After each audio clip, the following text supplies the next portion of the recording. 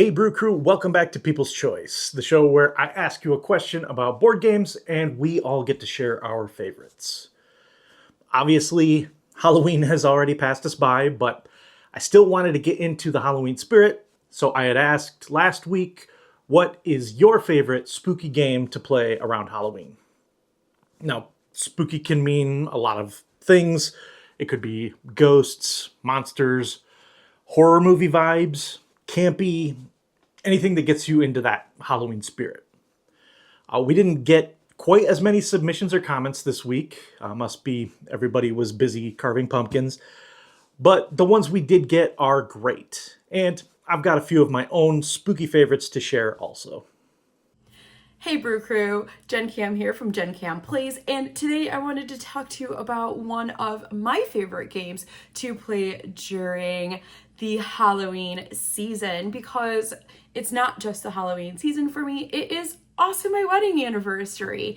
And we had a Haunted Mansion themed wedding, and so one of my favorite games to play during the month of October, of course, is then Disney's The Haunted Mansion Call of the Spirits. So while my channel usually focuses on solo games, this is not a solo game. It is a 2 to 6 player game, which, I mean, come on, that fits. It's my wedding anniversary.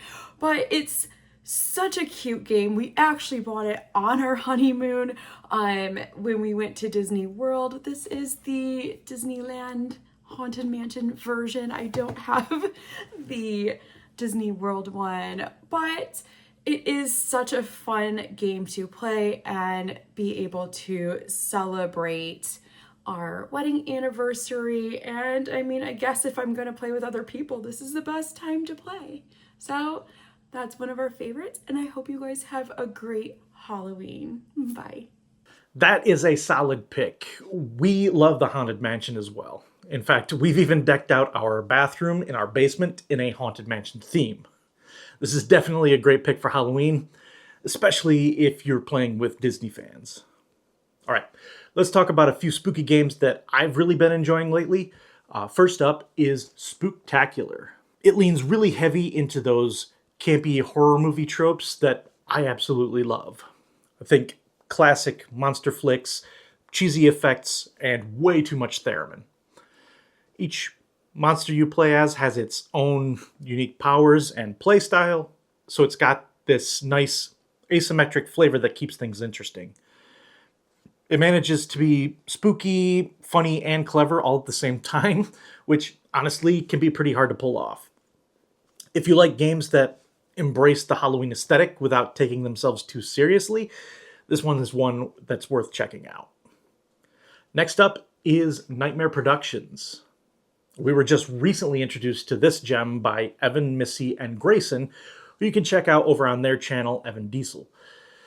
Nightmare Productions is actually based on an older Reiner Knizia design called Dream Factory, and it's been redone multiple times, but this has been completely rethemed around making horror movies.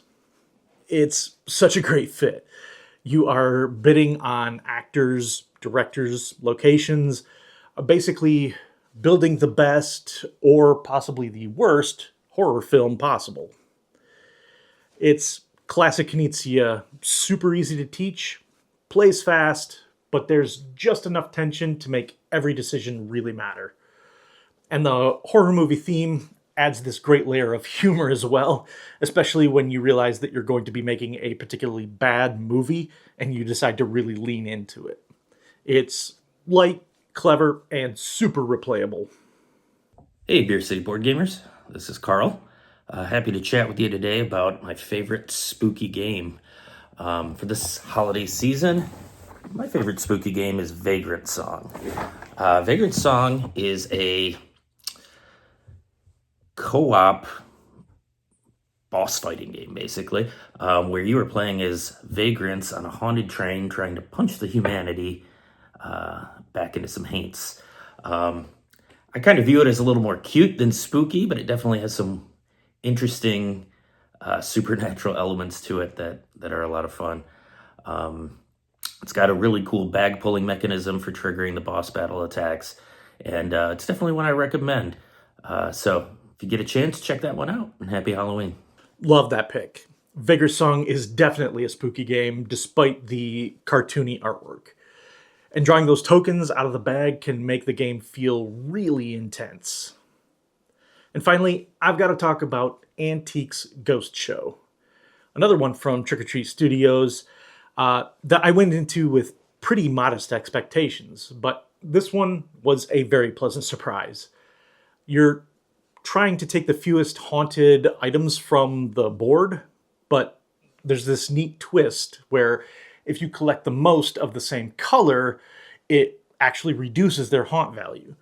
So you're constantly weighing whether to avoid the ghosts completely or lean into the risk and try to neutralize them. It's simple, it's smart, and it's way more satisfying than I expected. Honestly, it feels like one of those games that's going to sneak its way onto my table every October. Big thanks to Carl and Jen for sending in clips this week. I really appreciate it. Even when there aren't a ton of submissions, it's awesome hearing about the spooky games that help make your spooky season complete. For me, the perfect Halloween game night is all about the atmosphere.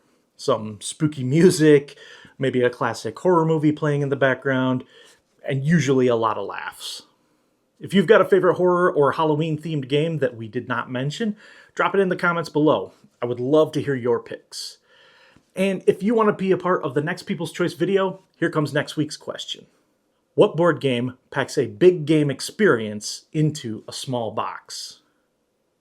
Whether you like taking games with you when you travel, or you just need to find something that will actually fit on your table, I think small box, big experience games should be a staple in everyone's collection.